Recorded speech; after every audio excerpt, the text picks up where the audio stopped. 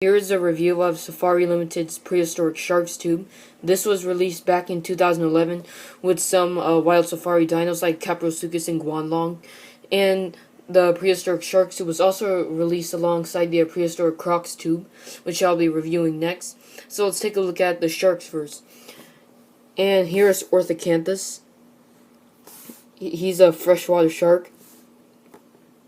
And if you didn't know, this shark was in the River Monsters episode Prehistoric Terror, where they call it the Xena Campus. And it does look like an eel, mostly because of the long fins. It's sculpted really well. It's pretty accurate. And it's supposed to have double fang teeth, but they're not present on this little model. But it's alright, because this is a small model. All of these are like much bigger than the standard tube figures. Here, I'll get one out. Here's the hammerhead shark from the Sharks tube. As you can see, it's much smaller than the prehistoric sharks. But the paint job in here is naturalistic and is pretty cool. So let's move on to the next shark.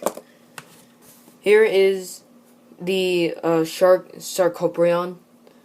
Now, Helicoprion, like, it's a pretty weird looking shark. It's not that known, but even though it's not that known, it still makes it to toy form, unlike Zephatinus, which I really want Zephatinus to figure form.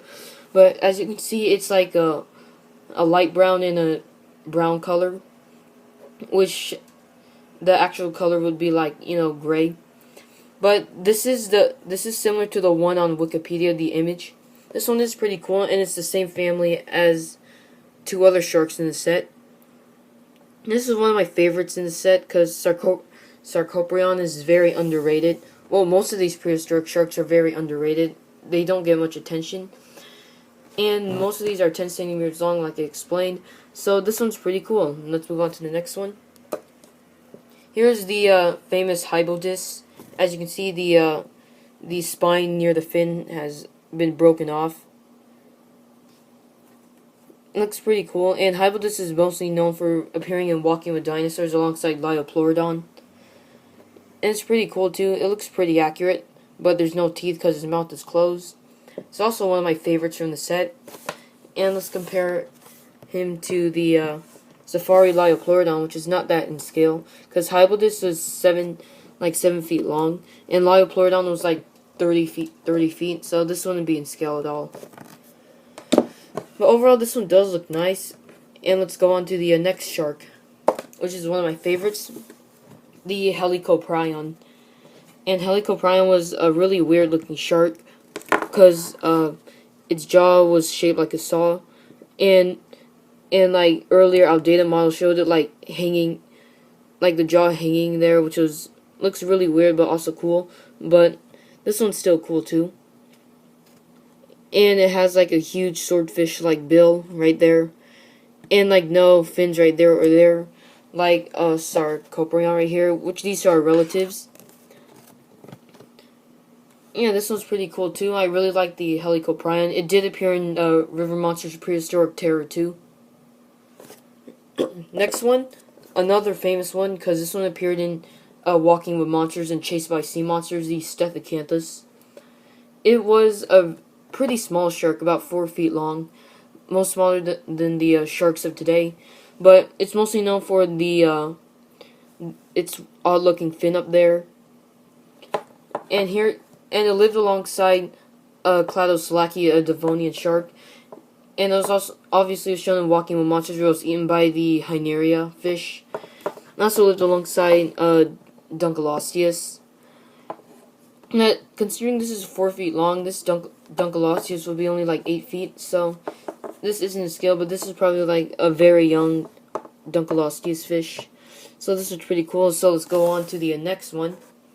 Here is Xena Campus, a way smaller relative of Acanthus. And this is probably like the biggest in the set, because most of them are 10 centimeters, but I'm pretty sure this one is like 12 centimeters. Like pretty large for a tube figure. It's really long. I think this one looks more like an eel than Acanthus because of the lack of teeth and the longer body. But these two do share similarities because of the horn on top of their head. Yeah, this one's pretty cool. I really like the body, how it's this long.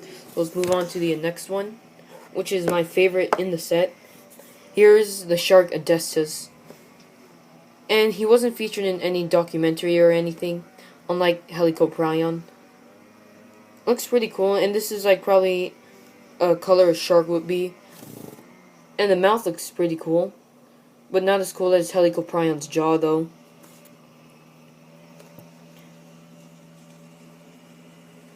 And they did get this from the and they did like this is very similar to the Acanthus picture they show on Wikipedia.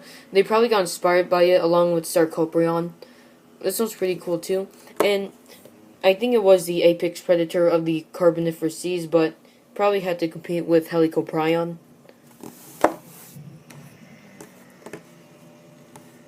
And here's Scapinorhynchus. Looks very similar to the goblin shark.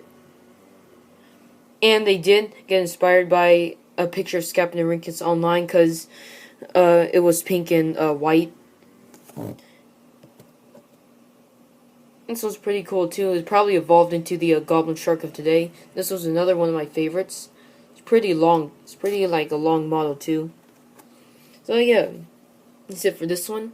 Let's go on to Klaus Lackey, the Devonian shark. Looks pretty boring, and once again the fins are weak and it's front heavy, much like most shark toys. And the fins are like similar to a triangle, unlike other sharks. This one's like one of the biggest in the set alongside Xena Campus and Cretoxyrhina. And like Acanthus, it did live alongside Dunkleosteus. And this one would be like a juvenile one because Klaus Lackey is like 6 feet long. This would be like a 12-foot Dunkleosteus.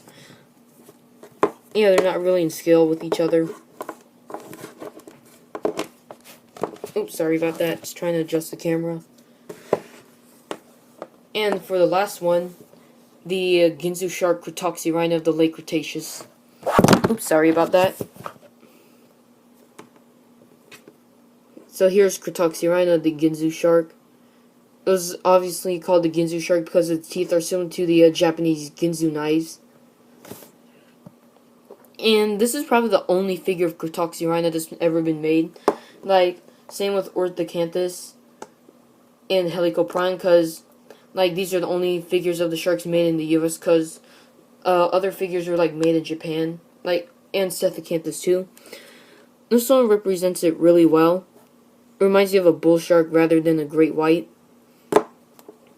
So, like, this thing was really cool. I think it lived alongside Hybodus and Scapinorhynchus in the late Cretaceous seas.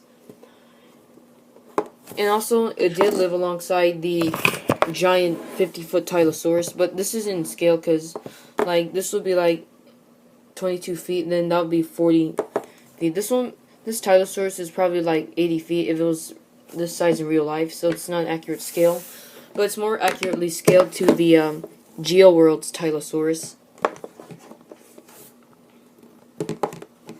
But they're not really compatible because this is like natural paint job and crazy paint job. And here's Xena, the custom one I made. Not in scale because Xena should be a little bit smaller, but this is probably like a young Cretoxyrhina and an adult Xena. So overall, I really like this too. This is like one of my most sought after toys from Safari back in 2012. This was like one of my favorite this set was like one of my favorite toys. Let me bring all of them out. Overall, the set deserves a 10 out of 10. The set deserves a 10 out of 10 because it adds some very underrated sharks. So this is it for this video. So I'll be reviewing the Prehistoric Crocodiles tube next, and then the Safari Coelacanth. So stay tuned for those reviews.